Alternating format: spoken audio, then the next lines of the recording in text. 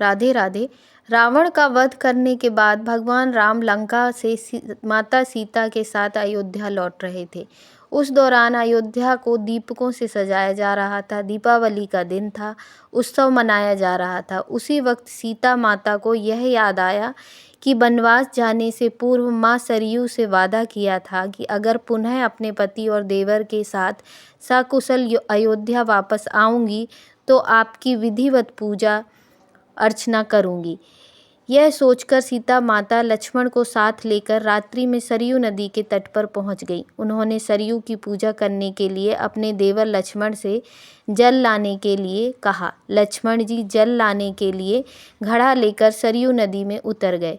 वे जल भर ही रहे थे कि तभी अचानक सरयू नदी के भीतर से अघासुर नामक राक्षस निकला, जो लक्ष्मण जी को निगलने के लिए आगे बढ़ा। लेकिन तभी भगवती सीता ने यह दृश्य देखा और उन्होंने लक्ष्मण को बचाने के लिए अघासुर के निगलने से पहले स्वयं लक्ष्मण को निगल गई। लक्ष्मण को निगलते ही सीता और लक्ष्मण का शरीर जल के समान एक तत्व में बदल गया। यह अद्भुत दृश्य हनुमान जी देख रहे थे, जो एक पेड़ के पीछे छिपे हुए थे। उन्होंने सीता और लक्ष्मण का जल रूपी सम्मिश्रण शरीर एक घड़े में भर लिया और भगवान श्री राम के सम्मुख उपस्थित होकर सारी घटना सुनाई।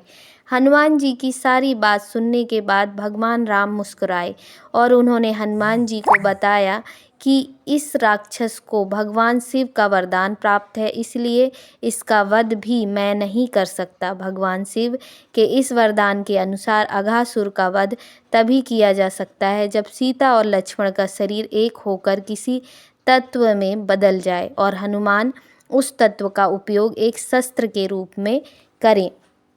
प्रभु श्री राम की यह बातें सुनकर हनुमान ने उस घड़े के जल को गायत्री मंत्र से अभिमंत्रित करके सरयू नदी में बहा दिया। सरयू नदी में उस जल को मिलते ही नदी में आग की लपटें उठने लगीं, जिसमें जल कर अघासुर राक्षस भस्म हो गया। अघासुर के भस्म होते ही सरयू नदी ने सीता और लक्ष्मण को उनका शरीर वापस कर दिया और इस तरह से उन्हें फिर से एक नया जीवन मिला। धन्यवाद।